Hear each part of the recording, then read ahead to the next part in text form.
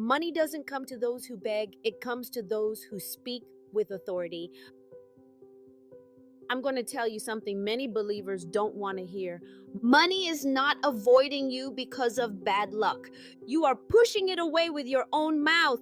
Most people think money responds to effort, luck, or connections, but the Bible teaches something deeper.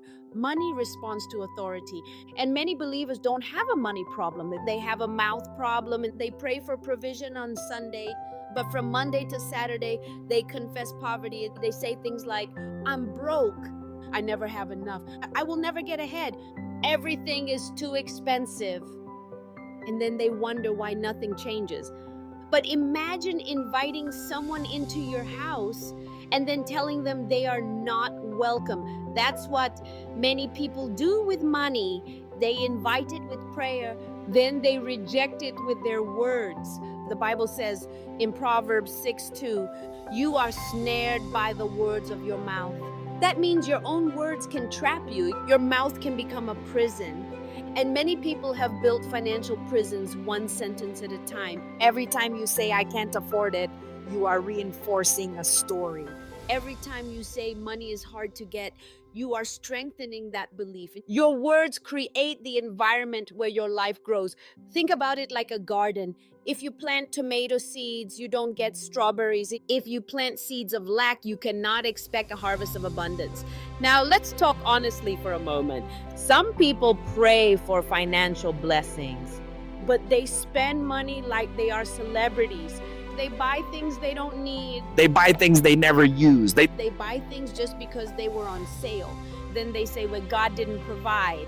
But the truth is simple. God provides, but Amazon still charges your card. Wisdom is part of prosperity. The Bible says in Proverbs 21:5, the plans of the diligent lead surely to abundance. Planning matters. Discipline matters. Stewardship matters. Because money doesn't stay where chaos lives. If someone receives a paycheck and spends everything in 2 days, the problem is not the paycheck. The problem is the system.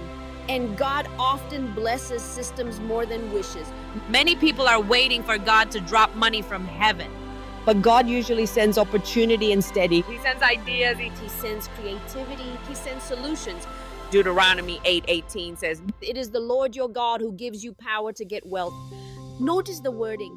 the power to get wealth. That means the ability is already inside you. Your mind can generate solutions. Your skills can generate value. Your creativity can open doors. But many people never develop what God already placed inside them. They spend more time worrying than learning, more time complaining than building, more time comparing themselves on social media than improving their own life. It's like a woman with a closet full of beautiful clothes saying every morning, I have nothing to wear. The clothes are there, but she refuses to use them. many people live the same way with their talents. They have ideas, they have skills, they have gifts, but they bury them under fear and procrastination, and then they pray for miracles. But God often answers prayers with opportunities. Another mistake people make is waiting for someone else to rescue them. They wait for a rich relative. They wait for a lucky break. They wait for the government. They wait for someone to fix their life. But faith is not passive. Faith moves. Faith builds. Faith takes responsibility. Think about a car. God can guide the direction of a moving car. But he cannot steer a parked car. Movement matters. Action matters. The Bible says in Proverbs 10:4, lazy hands make for poverty, but diligent hands bring wealth. Diligence creates momentum, and momentum opens doors. Now let's talk about one of the most dangerous habits believers have. The double confession. This destroys more financial breakthroughs than almost anything else. Here is what it looks like. A person says, God will provide. but when the bill arrives, they say, I'm doomed. They say, like, God is my provider. But then they say, I will never get out of debt. that is a double confession. It's like placing an order online and canceling it before it ships. Faith declares something. and then faith refuses to cancel it. Hebrews 10:23 says, like, Let us hold fast the confession of our hope without wavering. Without wavering means consistency. Your words must align with your faith, even when the situation doesn't look perfect, even when the numbers in the bank account are small, because faith speaks from promise, not from panic. Now let's talk about authority. Jesus never begged the storm to stop. He didn't say, "But storm, please calm down." He said, "Be still."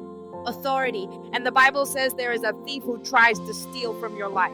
John 10:10 says that the thief comes only to steal, kill, and destroy. Sometimes financial pressure is not just natural. Sometimes it is spiritual resistance. And when that happens, you don't beg. You stand in authority. You say, Satan, take your hands off my finances. "Take your hands off my opportunities. Take your hands off my provision." James 4:7 says to resist the devil and he will flee from you. Notice it says resist, Not negotiating, not complain. resist.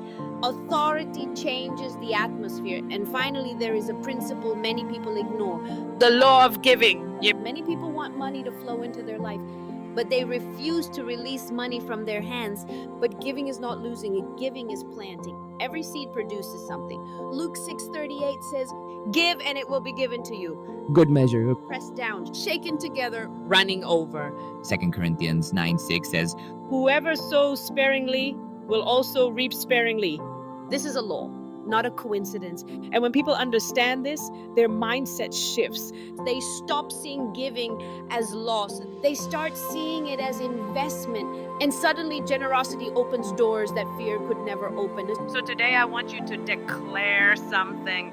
Money does not control me. Money serves me. My words create provision. My word produces value. My seeds create harvest. Money responds to authority.